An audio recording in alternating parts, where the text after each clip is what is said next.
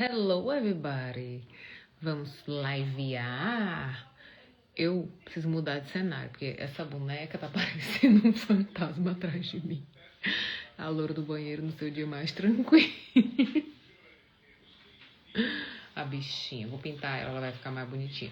Seguinte, estamos na contagem regressiva, tá? Esse sábado, 8 da manhã, tem porta de entrada, tem encontro do porta de entrada. Porta de entrada é falando sobre as portas de entrada do dinheiro. Quem já tá nessa turma, corre. Sábado, 8 da manhã, tem encontro. E 2 da tarde tem encontro Foco em Solução do Esquenta para a turma que vai começar no dia 20. Se você já comprou, não precisa... Se você já comprou o Foco em Solução, você não precisa comprar o Esquenta, tá incluído, tá? O Esquenta é para quem não conhece essa metodologia. Ah, Liliane, não sei se é para mim, se vale a pena fazer um investimento maior. Então, a gente faz sempre uma turma com um preço mais acessível para todo mundo ter acesso ao conhecimento, tá? Não por isso o encontro é superficial, de forma alguma. A gente entrega o mesmo conteúdo, tá? Um conteúdo muito bacana. Os materiais já estão prontos, a Débora vai estar comigo. A gente vai falar de foco em solução, a gente vai falar de viés inconsciente da comunicação. E assim, gente, esse ano é um ano de política. É um ano de política. Ou a gente aprende a se comunicar, ou já era. Vários negócios vão rodar esse ano. Vários negócios vão rodar esse ano por deslizes de comunicação. O Brasil é um país atualmente extremamente polarizado, é um país de comunicação conflitiva, porque nós somos povos colonizados, então nós temos a comunicação imperativa, impositiva, conflitiva. Em época de política e negócios digitais, ou você aprende a se comunicar, ou você vai rodar. Simples assim. Como 1 mais 1 são 2. Não tem muito o que fazer, tá? Então, assim, não perca essa oportunidade de fazer o Viés de Soluções comigo, com a Débora, porque eu não sei se a gente vai conseguir repetir essa turma esse ano, tá? Eu tenho outras agendas ainda. Eu vou fazer turma do Além de Bet, ainda vou fazer turma do Pandora. Tô fazendo muita consultoria, então tô quase sem agenda, tá? É por aí que a Amanda toca. O mestrado também tá consumindo o meu neurônio. Então, vamos focar, tá? É um ano de preparação. Esse ano de 2026 é um ano de política no Brasil. É um ano de plantio. Geralmente não vai ser um ano de colheita, tá?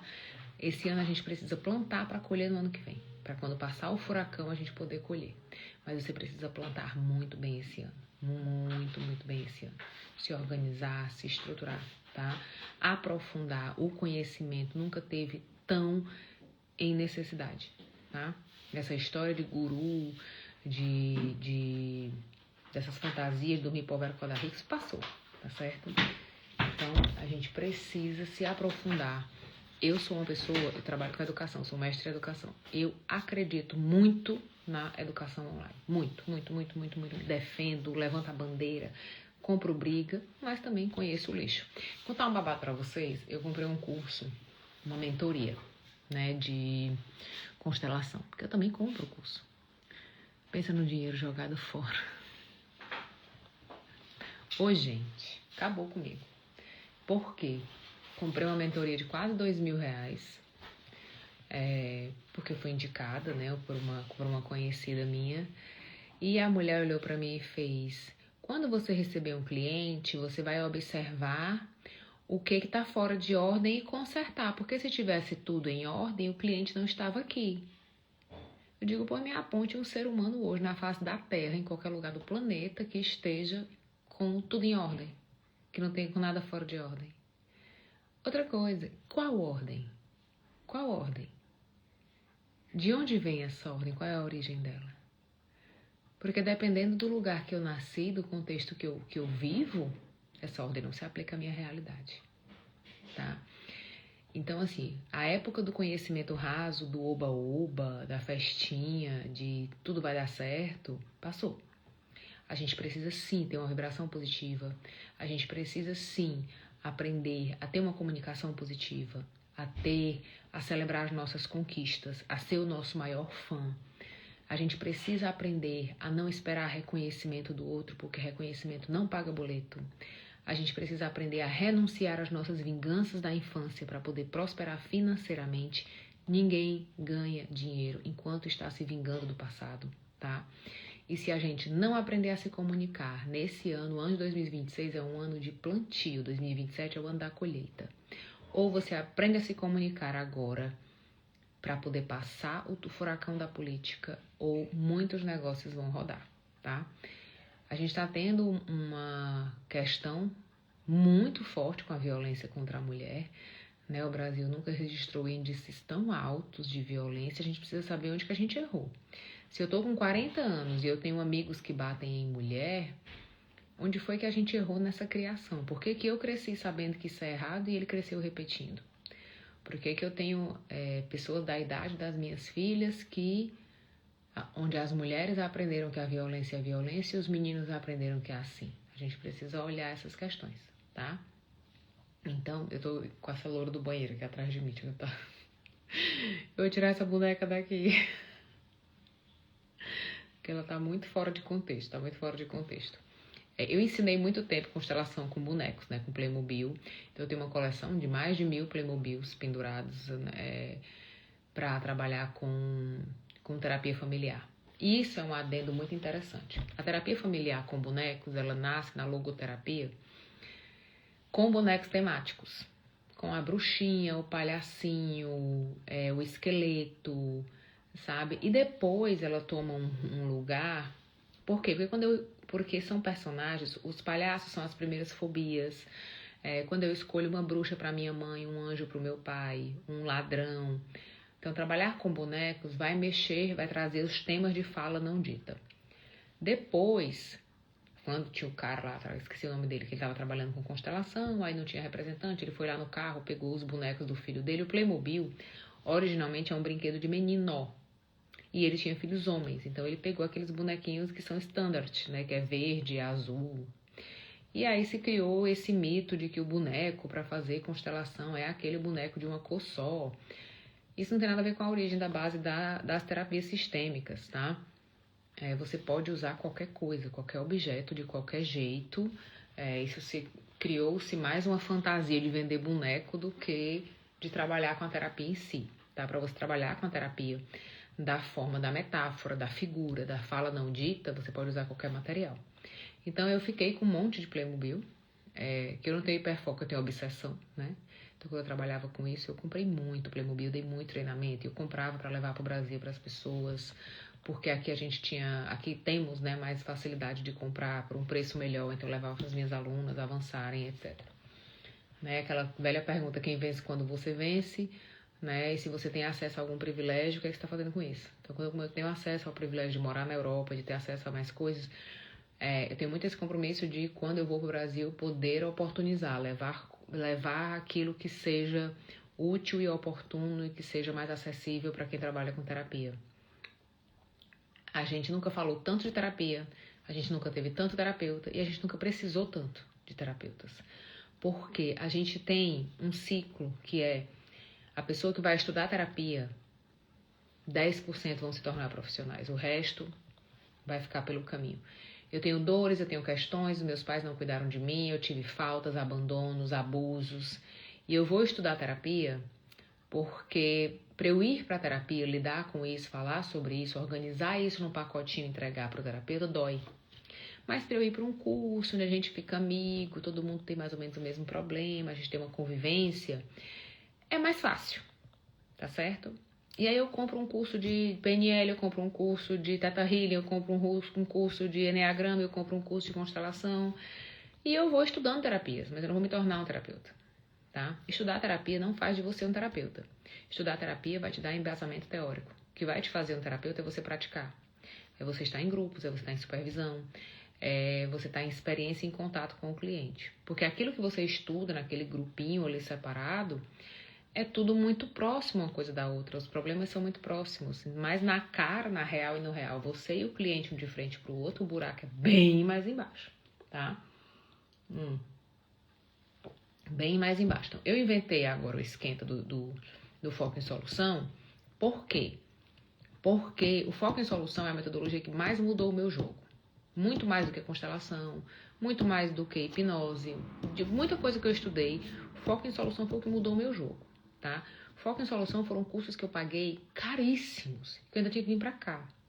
Então, eu tive que aprender, melhorar o meu inglês, aprender alemão, vim para a Alemanha, estudar, pagar tradutor, traduzir materiais, enfim. Fiz várias formações, nenhuma delas em português. Não, eu não consegui fazer nenhuma formação em português, sequer em espanhol, de foco em solução. Tudo era inglês ou alemão, inglês ou alemão, inglês ou alemão, inglês ou alemão. E isso já afasta muito de nós a possibilidade da aprendizagem. Então, eu coloquei o esquenta muito baratinho no sábado para a gente aprender uma base de foco em solução, para as pessoas terem noção do que é isso, porque eu acredito realmente na diferença que isso faz. Principalmente hoje que eu estudo comunicação e linguagens e que eu trabalho com isso, que eu desenvolvi a metodologia para se adaptar à América Latina, o quanto nós na América Latina somos viciados e apaixonados pelo problema. Nós não somos só viciados no problema, nós somos apaixonados pelo problema. Nós amamos contar a história do problema várias vezes e aumentar, e enfeitar, e investigar e dividir detalhes e compartilhar novas descobertas. Nós somos apaixonados pelo problema. Quando eu fui aprender foco em solução, eu fazia, meu Deus, mas eu quero reclamar. Como que eu vou achar a solução sem olhar para o problema? Isso não existe, isso é coisa de gringo, né? Então, assim, quando eu falo muito isso, eu trabalho com educação. Se eu tive a oportunidade de estudar aqui, em diferentes idiomas, de aprender diferentes idiomas, é minha obrigação trazer isso numa forma mais acessível para as pessoas, tá? Então, a gente vai fazer o esquenta no sábado, para quem quiser conhecer, e vai ter o curso todo que a gente vai ministrar, eu e a Débora, que a gente ainda juntou mais um, que é o Viés Inconsciente da Comunicação, ele não é um curso que eu paguei. Eu paguei aqui, sei lá, não é nem bom fazer essa conta, né? Mas era coisa para 2, 3 mil dólares na época que eu estudei, né? Facilmente, muito mais. Mas não vamos fazer essa conta essa hora não, tá? Não vamos fazer essa conta que é pra gente não chatear. Hoje eu sou tradutora, né, de um dos materiais que é do card game do feedback. Qual é a diferença, Leiliane? Feedback não é vingança. Feedback não é vingança. Nós, latino-americanos, temos muita dificuldade em fazer um bom feedback. Porque feedback, para nós, é apontar o erro do outro. É apontar onde ele errou, onde ele precisa melhorar. E com uma crítica, às vezes até uma soberba.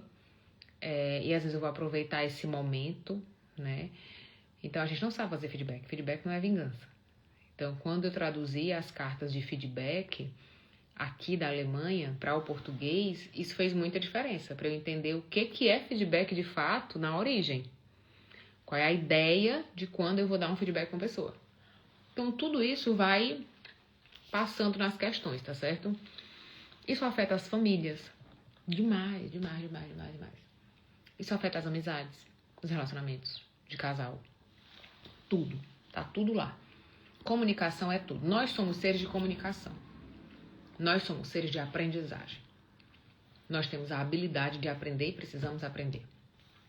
Tudo que nós aprendemos, nós transmitimos através de uma comunicação. Escrita, falada, ouvida, gravada, de vídeo, de imagem, do que for. Se a gente não consegue ter uma boa comunicação, a gente não consegue fazer nada. Você vai conhecer profissionais excelentes que você diz assim, fulano é um gênio, é maravilhoso, mas não tem quem aguente lidar com ele. Mas ele é muito grosseiro, mas ele é muito estúpido. Qualquer coisa que ele vai falar, ele fala num tom de estupidez terrível. Ou ele é grosseiro, ou ele é sem noção. Ou seja, ele não sabe se comunicar dentro da expertise dele, dentro da inteligência dele. Então, ele não consegue comunicar, tornar comum aquilo que está dentro da cabeça dele, que ele é muito bom no que ele faz, mas ele não consegue compartilhar aquilo com as pessoas. Um depoimento que eu escuto muito das pessoas é dizer assim, nossa, Liliane, mas agora que você me explicou, eu entendi. Por quê? Porque eu preparei aquilo para você aprender, não para mostrar que eu sou bom. O que é que tu quer? Eu não vou dormir na mesma cama que tu, para que tu tem que parar a minha live. Família, projeto de Deus. Eu vejo você, você faz parte. Então, por quê? Existe uma diferença entre eu falar para você, eu falar com você e eu entender como é que você escuta e como é que você entende. Se eu não tiver esses níveis de consciência, eu falo sozinho. falo sozinho. Eu posso ser muito boa em tomar vinho, posso ser muito boa em queijo. Se eu não conseguir organizar isso de uma maneira que chegue até a sua realidade, você só vai me achar uma pessoa boa, mas você não vai aprender a chegar no supermercado e comprar um vinho. Chegar no supermercado e escolher um queijo. Qual é o queijo que vai combinar com qual vinho, entende? Então, a comunicação, ela define a tua chegada no sucesso. O lugar de sucesso que tu vai ocupar é definido pela maneira que tu sabe se comunicar ou não.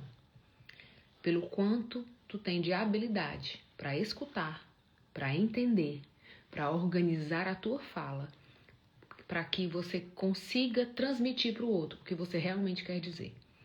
E não que você fique falando e não chegue em lugar nenhum. Ficou bonito, filosofei. Mandei um assuntinho pra gente assuntar agora de confusão.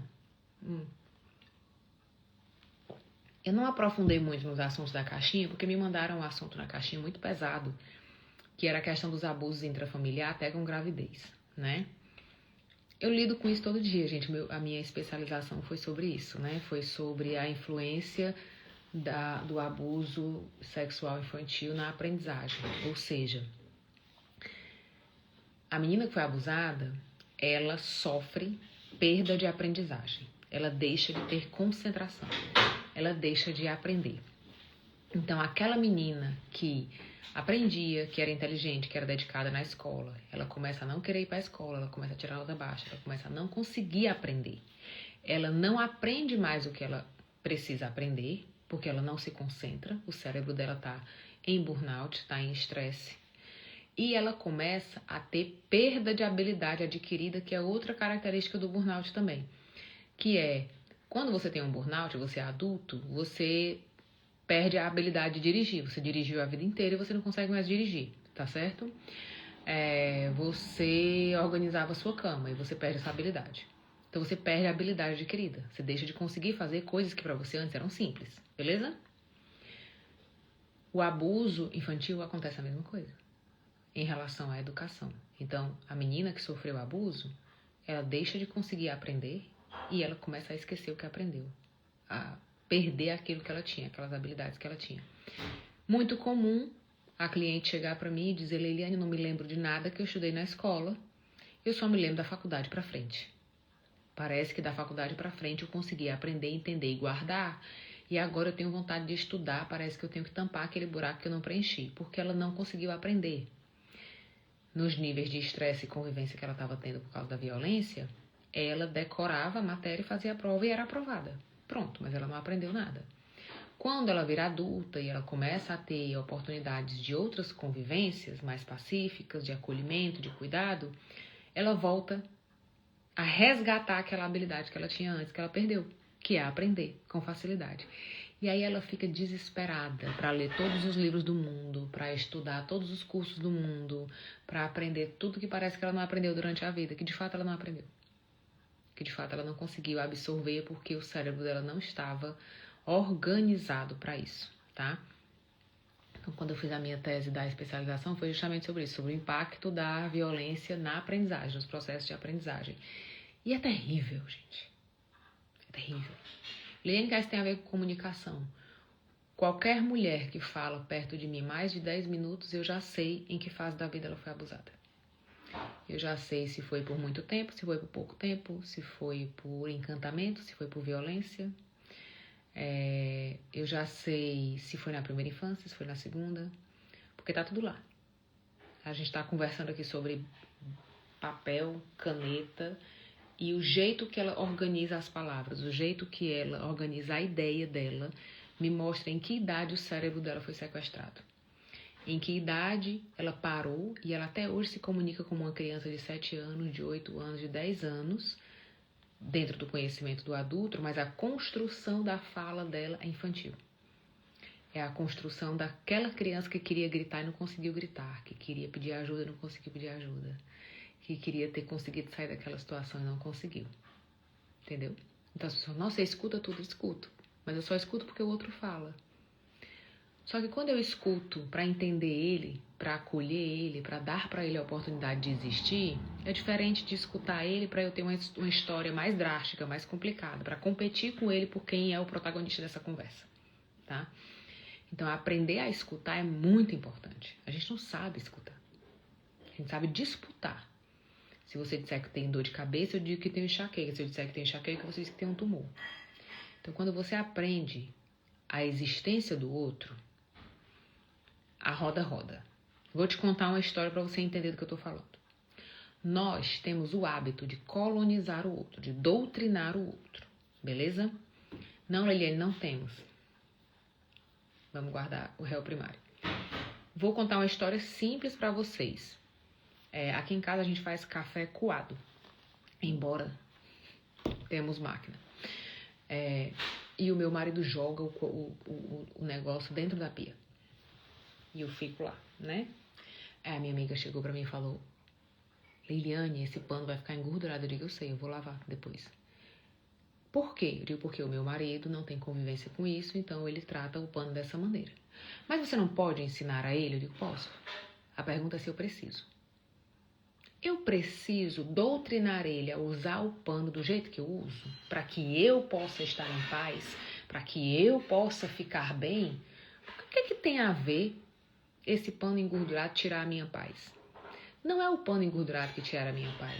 É o fato de eu não dominar o outro. Eu não dominar o outro e ele fazer o que eu quero, do jeito que eu quero, do jeito que eu aprendi que é certo. Então, a dominação e a doutrinação invadiu as nossas relações de um jeito que domina primeiro a nós mesmos. Ou seja, se eu não conseguir doutrinar o outro, controlar o outro para ele fazer o que eu quero do jeito que eu quero, eu fico louca. Fico sem dormir, fico nervosa. Você vê muito cliente diz assim: nossa, eu não consigo. Ou ele aprende ou eu não consigo. Por que eu não consigo? Eu não consigo suportar o outro do jeito que ele é.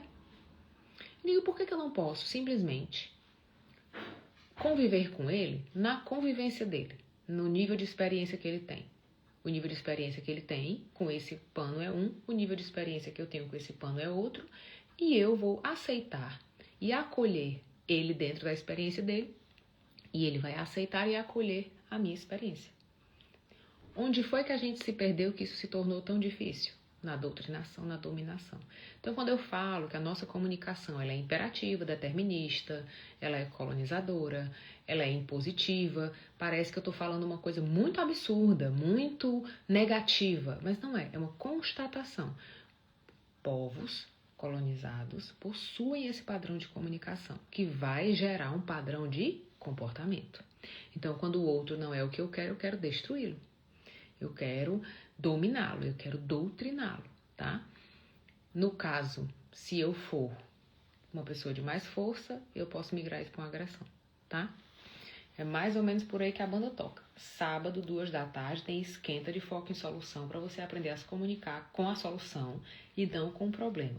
Quando você se comunica com o problema, isso gera estresse em você e no outro e gera um comportamento de doutrinação, de imposição, tá? De determinação do outro. Quando você aprende a focar na solução, você vai fazer o quê? Dinheiro. O dinheiro está na solução, tá? Vocês já viram o Paulinho Gogol que ele dizia assim, quem não tem dinheiro conta história? Pronto. Como eu já disse antes, nós somos apaixonados pelo problema. Quem está apaixonado por contar a história?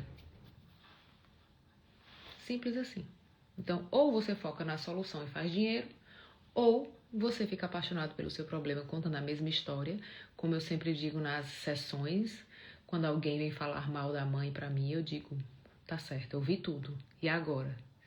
Não sei, Leiliane, digo, agora você olha pra sua mãe e diz pra ela assim, mamãe, eu fiz outra vez. Eu não perdi a oportunidade de falar mal de você.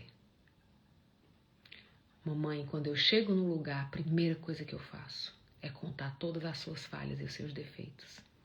Mais uma vez eu consegui. Aí a pessoa fala, nossa, Leiliane, mas não é assim.